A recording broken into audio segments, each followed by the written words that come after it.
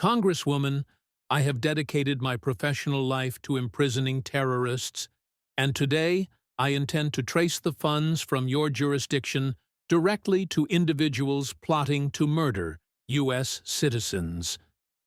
That solitary phrase exploded throughout the web, resembling a grenade thrown into a quiet study. It garnered 60 million distinct impressions within a mere 2 days. All the major news channels broadcast it repeatedly until the phrasing lacked significance and morphed into mere noise.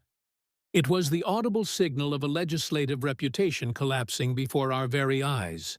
However, to comprehend why that statement struck with such force, one must go back 38 minutes to the instant prior to FBI Director Kash Patel taking apart one of the most divisive representatives' piece by devastating piece. The entire globe looked on as the scene unfolded at the J. Edgar Hoover Building in Washington, D.C., a severe concrete stronghold that had witnessed gangsters perspiring through their clothing, extremists breaking during interrogation, and international agents exchanging their nations for liberty. On this day, it was set to observe an occurrence the structure had never beheld previously. A current member of Congress arriving with 5 attorneys and departing with her career in ruins. Ilhan Omar strode in as if she possessed the premises, chin lifted, wearing a luxury outfit, with a retinue of lawyers and aides following her like a miniature procession. She had insisted that this inquiry be open to the public, terming it a chance to reveal the prejudiced harassment of a black Muslim female by the administration's bureau. Earlier that day, she had posted online, self-assured and resistant, stating that their attempts to quiet her would inevitably be unsuccessful, as they always are. She remained completely oblivious to what awaited her within those walls. Kash Patel was already positioned in his chair when Omar's group shoved open the entrance. On the desk sat a single unconsumed glass of water and a 6-inch pile of papers with color-coded dividers, where each sheet represented a hidden explosive ready to detonate. He did not rise upon her arrival, nor did he grin or provide any courteous greetings. He merely observed her assuming her position opposite him with the forbearance of someone who had hunted extremists for 10 years and knew precisely how to bide his time for the perfect instant to attack. The chamber quieted down as recording devices were set, and attorneys organized their notepads like troops readying for combat. Patel moved closer to his mic, speaking in a tranquil and nearly hushed tone, saying that since she desired openness, she was now welcome in his domain. Omar's primary counsel instantly protested against his demeanor, but Patel ignored him completely, simply unsealing his initial file as the devastation commenced. Over 38 minutes, her attorneys pleaded for a break on 3 occasions. She pleaded the 5th twice, and there was one query she could simply never address. This narrative recounts the day Ilhan Omar encountered the individual who tracked down al-Shabaab and realized she was his subsequent target. Patel started so softly that Omar's defenders noticeably loosened up. His vocal quality was chatty and nearly amiable, resembling the manner of a co-worker engaging in casual banter prior to a conference. Congresswoman, before we delve into the grave issues, I wish to comprehend your ideology, as you have constructed your whole image on battling dishonesty and removing cash from governance, stating that untraceable funds taint democracy, which I recall is your citation from the 2020 election. It is a lovely thought, truly quite motivating, he said, hesitating while rifling through pages as though searching for a particular item. Therefore, let us discuss how you embody that belief system by tracking your finances. Omar adjusted her posture slightly, yet kept her poise, for this was recognizable ground. She had fielded inquiries regarding election funding previously and had withstood complaints from the commission, so she felt she could manage this. For roughly 2 minutes, Patel brought out a dense binder of federal election records and started placing them on the surface, like a croupier distributing playing cards. The E Street Group is a political advisory agency located in Washington, D.C., managed by a gentleman named Tim Minot, he noted, glancing up to confirm this was her current spouse. Omar signaled agreement warily. From August 2018 to November 2020, your operation disbursed nearly $3 million to your husband's business. He allowed the figure to linger in the atmosphere. Now, compensating a partner's firm is not inherently against the law, though it is perhaps uncommon and definitely suspicious. Yet what intrigues me is the chronology. Patel revealed another paper, which was a court record from a separation proceeding. This excerpt comes from Beth Minot's separation filing, who is Tim Minot's former spouse, not yours, but his. She testifies solemnly that on April 7, 2019, her husband admitted to having a romantic entanglement with you. He informed his partner he was abandoning her for you at a time when you were both legally bound to others. Omar's attorney leaned in to argue that his client's private affairs were not pertinent, but Patel countered that they were directly related to the destination of campaign contributions. Patel kept his volume low as he explained that on April 1, 2019, exactly 6 days prior to Tim Minot admitting the affair, her campaign began dispersing travel funds to his organization. There were 14 distinct transactions over the ensuing 10 weeks amounting to $70,000.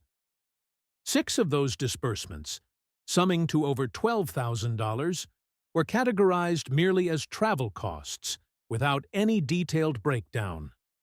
He struck the papers lightly, noting that federal regulations mandate the specification of travel outlays, yet she failed to provide details.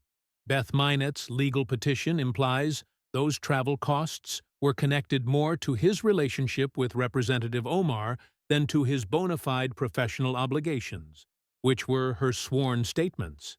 Omar's tone became rigid as she stated that the commission had examined this grievance and thrown it out. The commission determined there was no cause to think she had intentionally and deliberately breached the statute. Patel stressed every individual term, clarifying that this finding is not identical to being guiltless. It is equivalent to saying they cannot demonstrate she understood it was illicit beyond a reasonable uncertainty.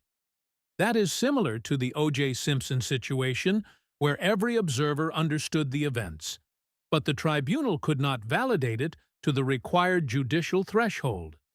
He reclined a bit, stating he was not a juror, but the bureau director, and he did not require proof beyond reasonable doubt, only the ability to track the proof. Omar began to answer, yet Patel was already progressing to the next point. Let us discuss a matter that was actually substantiated, which the state of Minnesota verified through a penalty and a restitution mandate. He brought forth state records showing that in 2014 she submitted federal returns jointly with Ahmed Hirsi, claiming him as her partner. There is merely one issue, he said, glancing up, which is that you remained legally wed to Ahmed Nur Saeed Elmi, a totally separate individual. The chamber fell silent as he noted she wed Elmi in 2002 and petitioned for separation in 2008, yet she never completed that dissolution. The documentation simply ceased, meaning in 2014, when she submitted returns with Hirsi, she was perpetrating fiscal deceit. She asserted a shared filing standing with a gentleman who was not your lawful spouse. He placed the Minnesota papers down, noting the state judged her culpable, resulting in her repaying $3,500 in wrongly acquired gains, along with a $500 penalty. That is not a clerical mistake, Congresswoman. That constitutes tax evasion. You are a current congressional representative who has been adjudicated culpable of fiscal fraud by your home jurisdiction. Omar's attorney interrupted to say those issues were settled years prior, and his client had remitted the necessary sums. Patel's tone stayed even, as he noted there was no indictment and no repercussions other than signing a draft. You perpetrated tax deceit, settled a penalty, and proceeded forward because that is evidently what occurs when one possesses political influence in Minnesota. He rose gradually and moved toward her end of the desk to recap what had been established thus far. You channeled almost $3 million to your lover's business, while you both were wed to other individuals.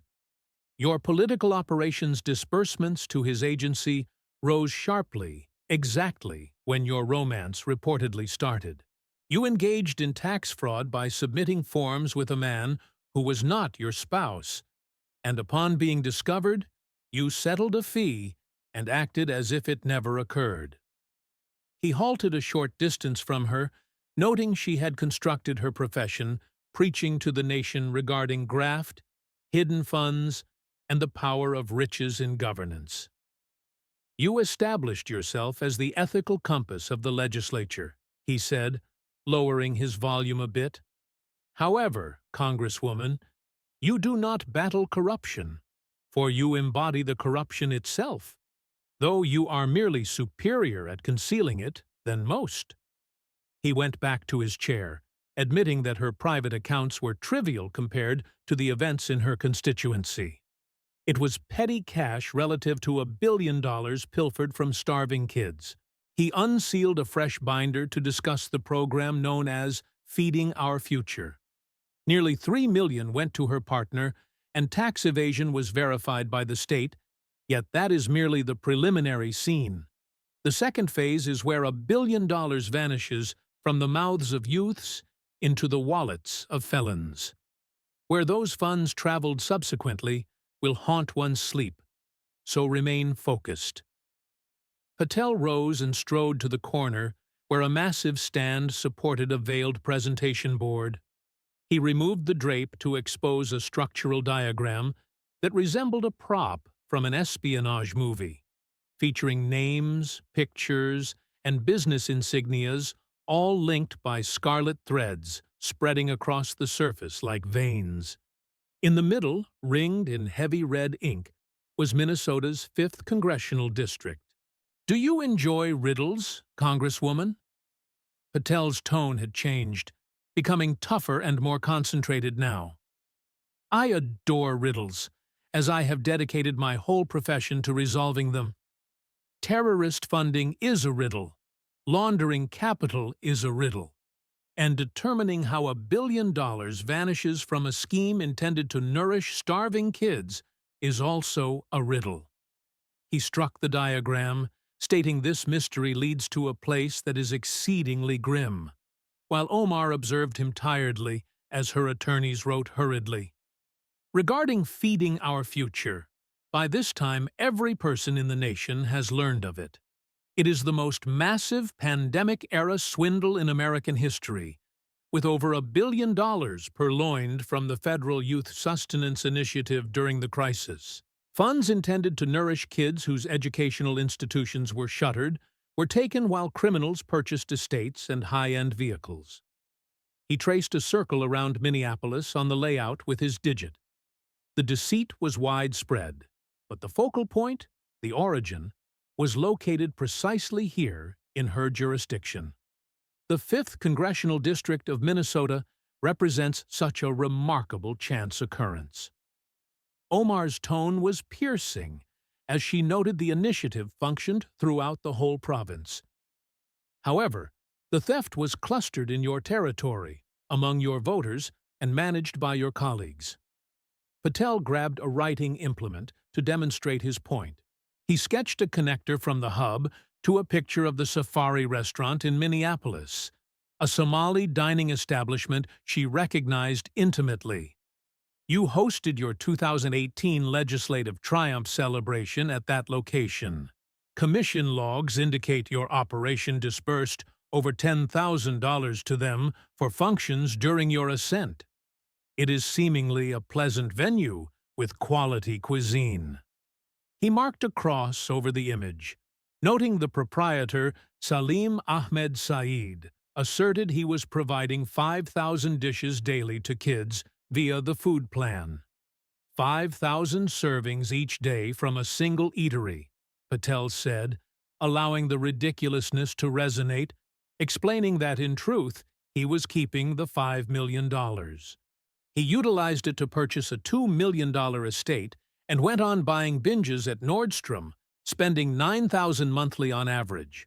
While kids starved, he was purchasing high-fashion apparel. He inscribed "Found Guilty" beside the picture, listing 21 charges of wire fraud, payoffs, and laundering. Your celebration location is now a proven criminal enterprise, and the host of your party is heading to a federal penitentiary. Omar parted her lips to answer, but Patel was currently sketching another connection. Guhad Hashi Saeed is a separate individual involved in the identical scam, yet this one is unique. He gestured toward another picture of a youthful male standing beside Omar at what seemed to be a rally. This is your operations enforcer, your strength within the Somali neighborhood. He is the person who managed your voter mobilization efforts in 2018 and 2020. Regional journalists referred to him as your problem solver, the fellow who ensured electors appeared and handled difficulties. Patel retrieved a Justice Department media statement dated from August of the previous month. Last month, Guhad Hashi Saeed admitted guilt to plotting wire fraud and plotting to launder capital. He asserted he ran a juvenile sports initiative named Advanced Youth Athletic Development that provided 5,000 meals daily to kids. He hesitated for impact.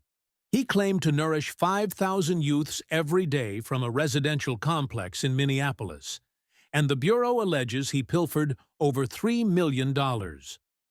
Patel displayed the image of Omar with Guhad Saeed, noting her campaign muscle who aided her election is now the 52nd person convicted in this matter, with more to follow.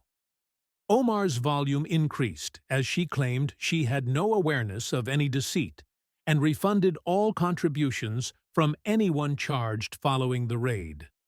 Patel's reply was instant and cutting, noting this occurred after the formal charges and after it became nationwide news.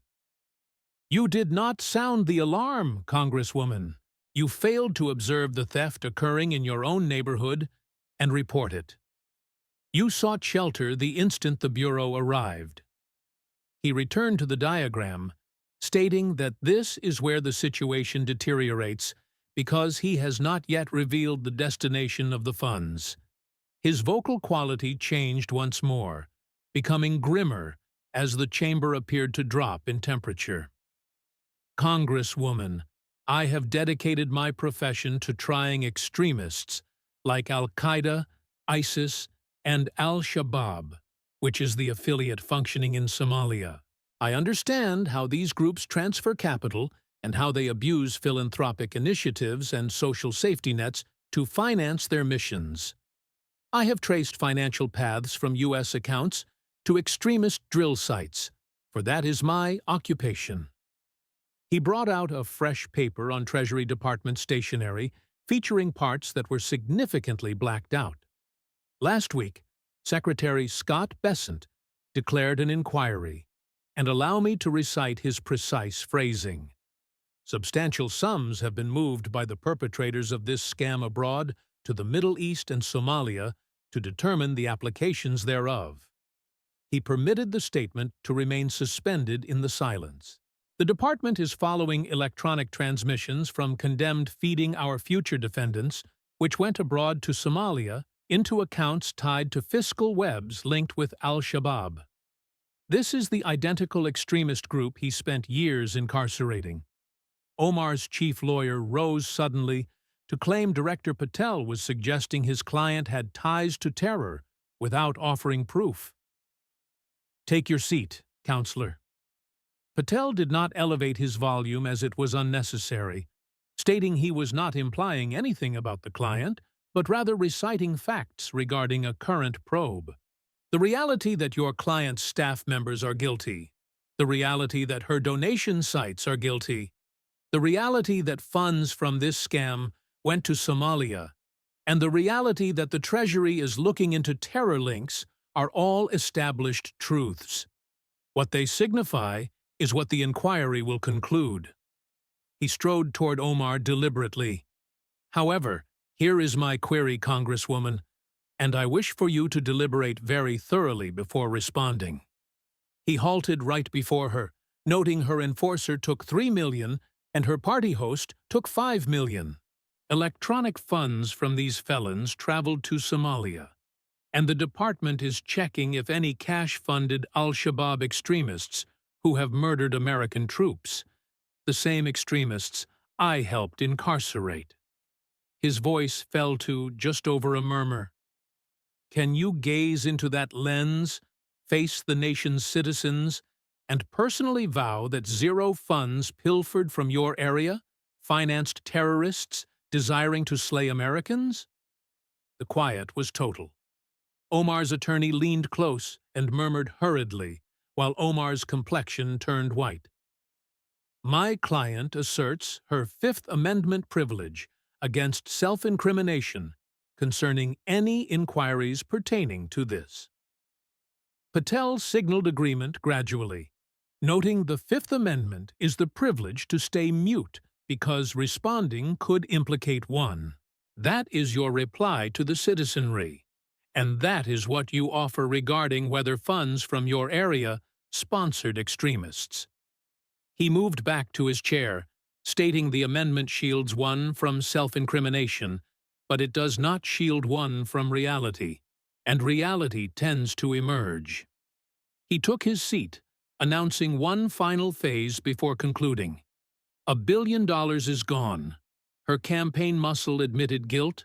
Her venue host is being jailed. The Treasury is tracing cash to Somalia. And when queried if that money backed terrorists, she pleaded the fifth. The third round is where it all coalesces and disintegrates. Patel checked his wrist, noting 31 minutes had elapsed. Omar appeared to have aged 10 years since stepping through the entrance. Her attorneys were murmuring wildly and organizing documents, obviously attempting to determine if there was any method to halt the impending events. There was not. 31 minutes, Patel stated serenely, and your counsel has attempted to cease this session thrice, while you have pleaded the fifth and labeled me a bigot. He hesitated, noting that is intriguing considering his kin were ethnically purged from Africa while hers were received in America as exiles. He unsealed his last binder. Let us discuss trends, for I adore trends in my profession, where they mean everything. Trends are the method for apprehending terrorists. Trends are how one decodes laundering, and trends are how one discovers the facts when individuals attempt strenuously to conceal them. He distributed multiple papers upon the surface. In December 2012, prior to your time in the legislature and before most citizens recognized your identity, you published a tweet stating that Israel has mesmerized the globe and praying Allah wakes the populace to perceive the wicked actions of Israel. He placed the hard copy down. In February 2019, now serving as a representative, you were queried regarding U.S. backing for Israel. Your reply was that it is entirely about the currency, an allusion to funds, specifically Jewish funds directing American international affairs. Another record from that same month showed she was asked about citizens supporting Israel. Your answer was that individuals are being pressured to pledge fealty to an alien nation, suggesting dual allegiance, which is the archaic anti-Semitic charge that Jewish people are more faithful to Israel than their home nations. He raised his gaze to her, noting the House enacted a decree denouncing anti-Semitism due to her rhetoric. The tally was 47 to 23, and even her own faction could not justify her statements. forcing her to express regret twice. Omar's tone was tense, as she claimed those remarks were removed from their setting, and she had dealt with this often. I apologized because I realized my phrasing could be misunderstood. Misunderstood? Patel leaned closer. Allow me to provide some background, Congresswoman. My father's clan was banished from Uganda in 1972 by Idi Amin, ethnically purged and ejected with zero possessions due to their Indian lineage. Are you aware of what Amin stated regarding Jews? It was nearly verbatim what you posted in 2012. I was raised listening to what that variety of rhetoric results in, so do not preach to me regarding background. I understand precisely what those terms signify and exactly where they originate. He proceeded before she could reply, noting there is the query she has never addressed. It is the inquiry that has trailed you for years. He revealed a thorough chronology graph. In 2002, you wed Ahmed Nur Said Elmi, while both were pupils. In 2008, you petitioned for separation, yet the split was never completed, and the documentation just ceased. In 2009, whilst still lawfully bound to Elmi, you bore a child with Ahmed Hirsi, a separate male. In 2011, you submitted joint returns with Hirsi, enacting the fraud we previously covered. He displayed the timeline, stating that for years reporters have attempted to resolve a basic query. What was Ahmed Elmi's true connection to you? Some have claimed he was your sibling, and that you wed him to aid in acquiring residency privileges. You have rejected this, yet you have never refuted it. Omar's counsel interrupted, calling these fully discredited plots pushed by conservatives. Discredited by whom? Patel's tone was acute. She has never published her wedding license, never published residency papers that would confirm the bond, and never supplied any proof at all. The sole reply has been to label anyone posing the inquiry a bigot. He gazed straight at Omar.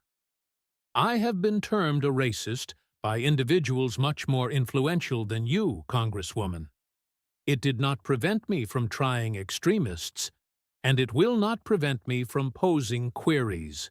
In my observation, guiltless individuals do not conceal records, guiltless individuals do not assault everyone asking things, and guiltless individuals display the proof. He hesitated, asking where her proof was. There was no reply, so Patel stood gradually.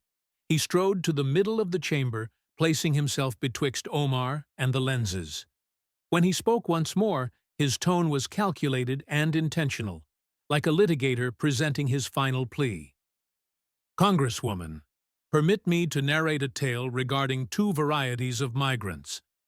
The initial type arrives in America because they have faith in this nation and what it symbolizes. They labor diligently, obey the regulations even when arduous, construct something, contribute, and return more than they extract. My sire was that sort of settler, expelled from Uganda with zero funds, zero belongings, merely his kin and his resolve. He arrived here and constructed an existence, rearing a boy who became a public advocate guarding the legal rights of those no one else would shield. That boy became a federal litigator incarcerating terrorists, and that boy became the head of the Bureau. He advanced a pace toward her. The second variety of migrant arrives here and perceives chance, not the chance to construct, but the chance to seize. They abuse the framework to acquire the benevolence that renders this nation distinctive. They cloak themselves in demographic politics so that whoever doubts them can be disregarded as a bigot. They shout about prejudice whenever the inquiries approach the reality too closely. They seize repeatedly, and when someone eventually requests an accounting for what they have seized, they act the martyr. He halted right before her. America provided you with everything, Congresswoman. as you arrived as an exile from a strife-ridden land. This country offered you security when Somalia offered you brutality. This country offered you schooling when Somalia offered you turmoil. This country offered you chances you never would have possessed anywhere else on the globe. This country offered you a position in the legislature, the possibility to genuinely mold the nation that rescued your existence. His tone became rigid as he asked what she returned. He started tallying on his digits, citing anti-Semitism so obvious that 47 colleagues of her own chamber denounced it. Tax evasion that the state forced you to reimburse. Nearly $3 million directed to your lover's firm, while you were both wed to others. A billion-dollar theft ring functioning in your area, with your staff condemned, your event sites condemned, and your allies pilfering funds meant to nourish starving kids. He bent nearer. And now, potentially funds from your jurisdiction flowing to Al-Shabaab, to the extremists wanting to annihilate the land that provided you everything. The same extremists I dedicated my career to jailing. Omar remained immobile, while her attorneys had ceased murmuring. The chamber was totally mute, save for the quiet drone of the recording gear. Patel stood erect and fixed his coat. You wish to know the distinction between us, Congresswoman? It is elementary. I am the child of migrants who dedicated his whole profession to defending America, defending it from extremists, defending it from graft, and defending it from individuals who would abuse it. He pivoted to the lenses. You are the child of exiles who dedicated her profession to defending herself. Your wealth, your influence, your reputation, and when defending yourself required allowing $1 billion to be pilfered from youths in your own territory, that is precisely what you performed. He returned to his chair and collected his papers systematically. This session is concluded. He rose with binders in his grasp. However, the inquiry, Congresswoman, the inquiry is merely commencing. The Bureau will track every buck. The Treasury will follow every transmission. And if a single cent of that pilfered cash ended up financing terror, everyone who facilitated it will answer. Everyone who averted their gaze and everyone who unlocked the gates that rendered it feasible will account for it. He regarded her one last time. I have dedicated my profession to placing extremists in cells. Today, I trace the funds from your area directly to the individuals who desire to murder Americans. There was a lengthy silence as he added he was not finished tracing. He exited the chamber without glancing back. The video reached 60 million impressions before most citizens completed their morning brew the following day. I have dedicated my profession to placing extremists in cells, reverberated across every interface, every channel, and every message thread in the nation. Television news broadcasted at reduced speed, dissecting Patel's posture, Omar's immobile look, and the instant her attorney frantically claimed the fifth. Within 2 days, the snippet had been reworked into tunes, transformed into jokes, and stamped on shirts retailing for $30 each.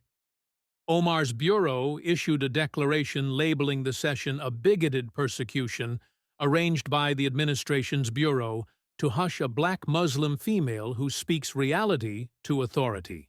The web replied with images of her prejudiced posts, pictures of her posing beside condemned swindlers, and recordings of her declining to say if stolen cash had financed extremists.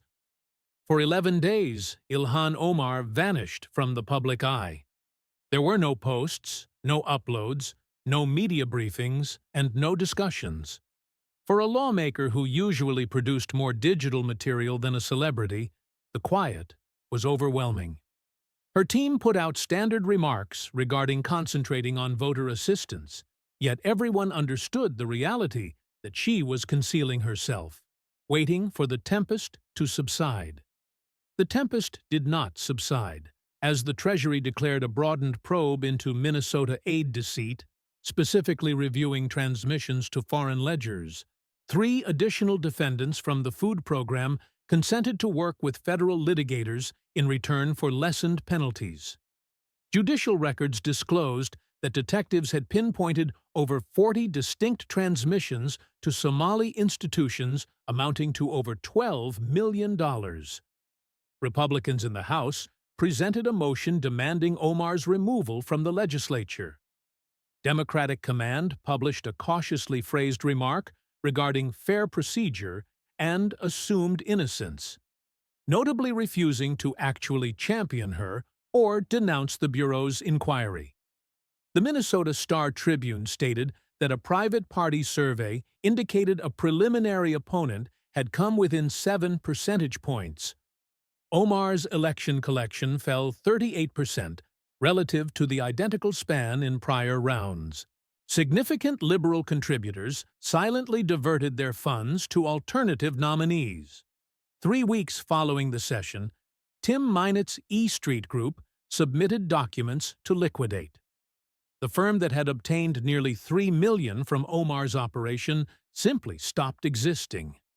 Its site went offline, its profiles were erased, and its associates dispersed. 2 prior aides of Omar were said to be working with bureau detectives, although the specifics stayed confidential. A journalist succeeded in intercepting Patel exiting headquarters late one night a month post-hearing. "Director Patel, is there any news on the Omar probe?" Patel halted his stride. He appeared weary, yet concentrated, wearing the look of a man who had performed this duty for a very long duration and possessed no plan to quit. "The inquiry is proceeding. We pursue proof, and we do not talk about live matters," the journalist insisted, noting detractors claim he was overly hostile and the session was performative politics. Patel nearly grinned. "Performative politics? That is curious. $1 billion was pilfered from kids, funds went to Somalia, while Treasury probes terror funding, and 52 individuals have been found guilty. A current representative's campaign staff and donation sites are heading to jail. Yet posing queries about it is considered theater." He moved his head side to side. "You know what is genuinely political? Averting one's eyes because you fear being labeled a bigot. Allowing deceit to pass because the deceivers understand how to utilize demographic leverage is political. What I performed in that session is simply the occupation, which is what the Bureau is intended to execute." One last query trailed him to his vehicle. "Do you believe she is culpable?" Patel hesitated with his palm on the entry grip. He did not look back. "I believe trends do not deceive. I believe cash leaves paths. And I believe when your staff steal millions, your venues steal millions, and funds stream to Somalia during a terror probe, those realities articulate themselves." He unlatched the entryway. "She can label me a bigot, she can term it a persecution, and she can plead the fifth until she exhausts her air. However, here is the aspect regarding facts, Congresswoman." He stared straight into the lens for the final time. "They do not concern themselves with your emotions, and neither do I.